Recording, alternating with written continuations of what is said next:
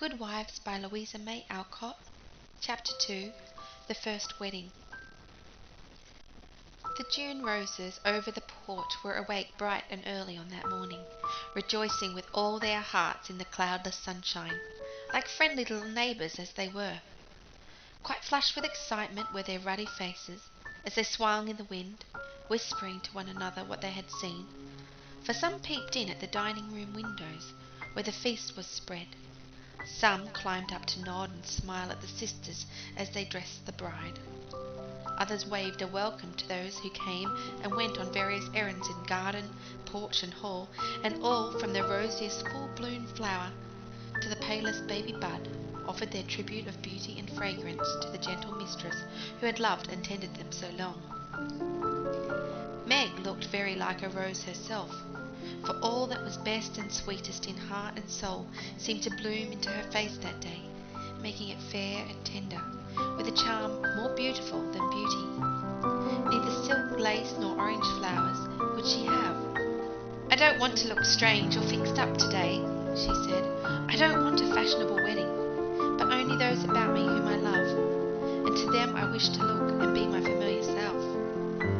So she made her wedding gown herself, sewing into it the tender hopes and innocent romances of a girlish heart. Her sisters braided up her pretty hair, and the only ornaments she wore were the lilies of the valley, which her John liked best of all the flowers that grew. "You do look just like our own dear Meg, only so very sweet and lovely that I should hug you if it wouldn't crumple your dress," cried Amy, surveying her with delight when all was done. "Then I am satisfied, but please hug and kiss me, everyone, and don't mind my dress. I want a great many crumples of this sort put into it today," and Meg opened her arms to her sisters, who clung about her with April faces for a minute, feeling that the new love had not changed the old. "Now I'm going to tie John's cravat for him, and then to stay a few minutes with father quietly in the study," and Meg ran down to perform these little ceremonies, and then to follow her mother wherever she went, conscious that, in spite of the smiles on the motherly face, there was a secret sorrow hid in the motherly heart at the flight of the first bird from the nest. As the younger girls stand together, giving the last touches to their simple toilet, it may be a good time to tell of a few changes which 3 years have wrought in their appearance, for all are looking their best just now. Jo's ankles are much softened. She has learned to carry herself with ease, if not grace. The curly crop has lengthened into a thick coil, more becoming to the small head atop of the tall figure. There is a fresh colour in her brown cheeks, a soft shine in her eyes, and only gentle words fall from her sharp tongue today. Beth has grown slender, pale, and more quiet than ever. The beautiful kind eyes are larger, and in them lies an expression that saddens one, although it is not sad itself. It is the shadow of pain which touches the young face with such pathetic patience, but Beth seldom complains and always speaks hopefully of being better soon. Amy is with truth considered the flower of the family, for at 16 she has the air and bearing of a full-grown woman, not beautiful, but possessed of that indescribable charm called grace. One saw it in the lines of her figure, the make and motion of her hands, the flow of her dress, the droop of her hair. Unconscious yet harmonious, and as attractive to many as beauty itself. Amy's nose still afflicted her, for it never would grow Grecian. So did her mouth, being too wide and having a decided chin. These offending features gave character to her whole face, but she could never see it and consoled herself with her wonderfully fair complexion, keen blue eyes and curls, more golden and abundant than ever. All 3 wore suits of thin silver grey, their best gowns for the summer, with blush roses in hair and bosom, and all 3 looked just what they were, fresh-faced, happy-hearted girls, pausing a moment in their busy lives to read with wistful eyes the sweetest chapter in the romance of womanhood. There were to be no ceremonious performances. Everything was to be as natural and homelike as possible. So when Aunt March arrived, she was scandalized to see the bride come running to welcome and lead her in, to find the bridegroom fastening up a garland that had fallen down, and to catch a glimpse of the paternal minister marching upstairs with a grave countenance, and a wine bottle under each arm. "Upon my word, here's a state of things!" cried the old lady, taking the seat of honour prepared for her, and settling the folds of her lavender moire with a great rustle. "You oughtn't to be seen till the last minute, child." "I'm not a show, auntie, and no one is coming to stare at me, to criticise my dress, or to count the cost of my luncheon. I'm too happy to care what anyone says or thinks, and I'm going to have my little wedding just as I like it. John dear, here's your hammer." And away went Meg to help that man in his highly improper employment. Mr. Brooke didn't even say thank you, but as he stopped for the unromantic tool, he kissed his little bride behind the folding door, with a look that made Aunt March whisk out her pocket handkerchief with a sudden dew in her sharp old eyes. A crash, a cry, and a laugh from Laurie, accompanied by the indecorous exclamation, "Jupiter, Ammon, Joe's upset the cake again!" caused a momentous flurry, which was hardly over when a flock of cousins arrived, and the party came in, as Beth used to say when a child. "Don't let that young giant come near me, he worries me worse than mosquitoes," whispered the old lady to Amy, as the rooms filled and Laurie's black head towered above the rest. "He has promised to be very good today, and he can be perfectly elegant if he likes," returned Amy, gliding away to warn Hercules to beware of the dragon, which warning caused him to haunt the old lady with a devotion that nearly distracted her. There was no bridal procession, but a sudden silence fell upon the room as Mr. March and the young pair took their places under the green arch. Mother and sisters gathered close, as if loath to give Meg up. The fatherly voice broke more than once, which only seemed to make the service more beautiful and solemn. The bridegroom's hand trembled visibly, and no one heard his replies. But Meg looked straight up into her husband's eyes and said, "I will," with such tender trust in her own face and voice that her mother's heart rejoiced, and Aunt March sniffed audibly. Jo did not cry, though she was very near it once, and was only saved from a demonstration by the consciousness that Laurie was staring fixedly at her, with a comical mixture of merriment and emotion in his wicked black eyes. Beth kept her face hidden on her mother's shoulder, but Amy stood like a graceful statue, with a most becoming ray of sunshine touching her white forehead and the flower in her hair. It wasn't at all the thing, I'm afraid, but the minute she was fairly married, Meg cried, "The first kiss for Marmee," and turning, gave it with her heart on her lips. During the next 15 minutes she looked more like a rose than ever, for every one availed themselves of their privileges to the fullest extent, from Mr. Lawrence to old Hannah, who, adorned with a headdress fearfully and wonderfully made, fell upon her in the hall, crying with a sob and a chuckle, "Bless you, dearie, 100 times. The cake ain't hurt a mite, and everything looks lovely."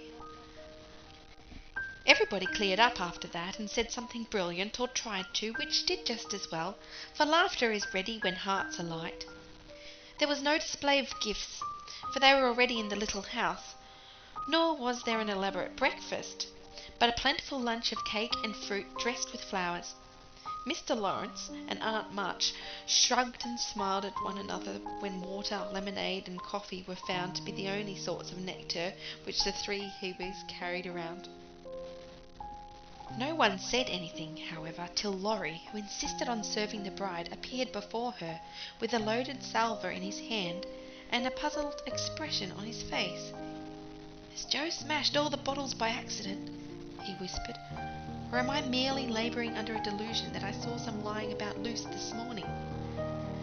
"No, your grandfather kindly offered us his best, and Aunt March actually sent some. But father put away a little for Beth and dispatched the rest to the soldiers' home. You know he thinks that wine should be used only in illness, and mother says that neither she nor her daughters will ever offer it to any young man under her roof." Meg spoke seriously, and expected to see Laurie frown or laugh, but he did neither, for after a quick look at her, he said in his impetuous way, "I like that, for I've seen enough harm done to wish other women would think as you do." "You are not made wise by experience, I hope?" And there was an anxious accent in Meg's voice. "No, I give you my word for it. don't think too well of me either.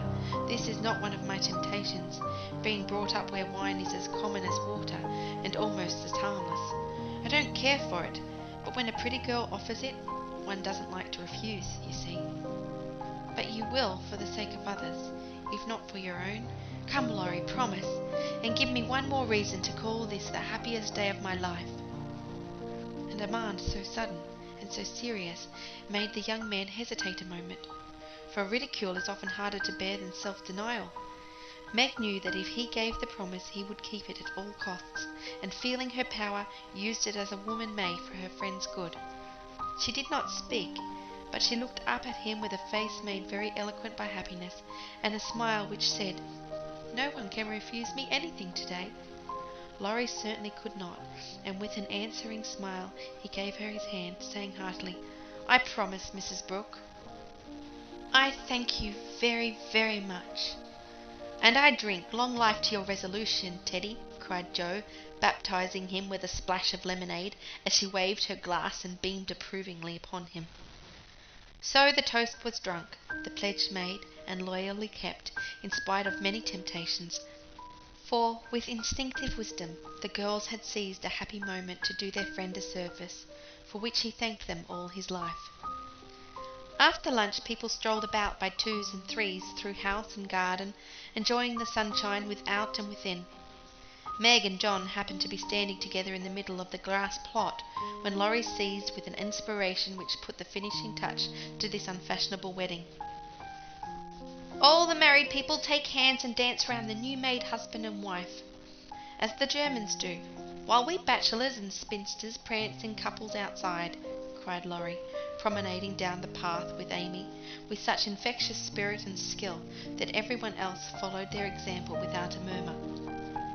Mr. and Mrs. March, Aunt and Uncle Carroll began it, others rapidly joining in, even Sally Moffat, after a moment's hesitation, threw her train over her arm and whisked Ned into the ring.